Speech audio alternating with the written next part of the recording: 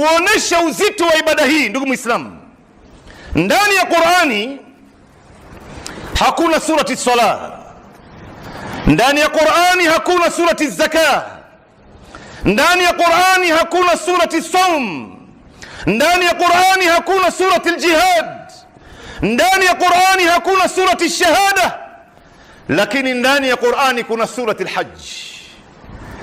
Kuonesha uzito wa ibada hii, Mungu ameipatia sura nzima inaitwa kwa sura ya ibada yenyewe, na hii sura, surati al-hajj, imebeba mambo ndani yake. Ndugu Muislamu, ina aya 78 na ndio sura ya pekee ambaye ina sijda ya kusujudu mara mbili, sijda tilawa, sijda ya kusoma Qur'ani mara mbili.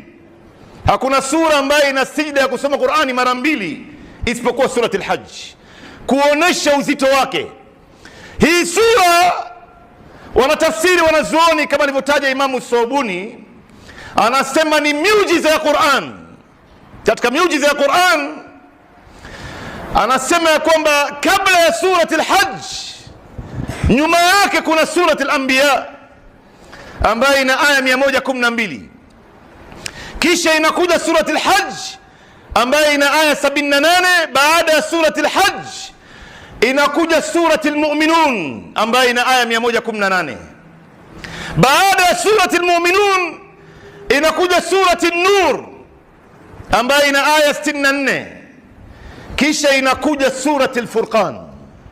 Yani baada ya surati al-anbiya inakuja surati al-hajj, kisha surati al-mu'minun, surati an-nur, surati al-furqan, kisha surati ash-shu'ara. Wanasema baadhi mufassirin, imekuja surati al-anbiya kabla ya surati al-hajj, alafu ikaja surati al-mu'minun mbele yake. Maana yake ni kana kwamba ile kazi ambayo manabii walikuja kufanya katika dunia hii ni kuwahimiza waumini waende wakatekeleza ibada ya hija ili wawe ni waumini wa kweli. Maana yake surati al-mu'minun imekuja baada ya surati al-hajj. Maana yake watu hawawezi kuwa waumini wa kweli mpaka waitekeleze ibada ya hija, na baada ya kuwa waumini ndo wataipata ile nuru ya Mwenyezi Mungu ambayo ni surati an-nur. Alafu baada ya surati an-nur wataipata al-furqan. Al-furqan maana yake sasa wataipata upambanuzi, kupata kuijua haki ni gani, yapi ya kufanywa, yapi ni sawa, yapi isokuwa sawa. Hii yote ni katika miujiza ya Qur'an ambayo Mwenyezi Mungu Subhanahu wa Ta'ala kwa hikma yake ndio ambaye ameyapanga hivyo. Hii sura, ndugu Muislamu, kila mmoja wetu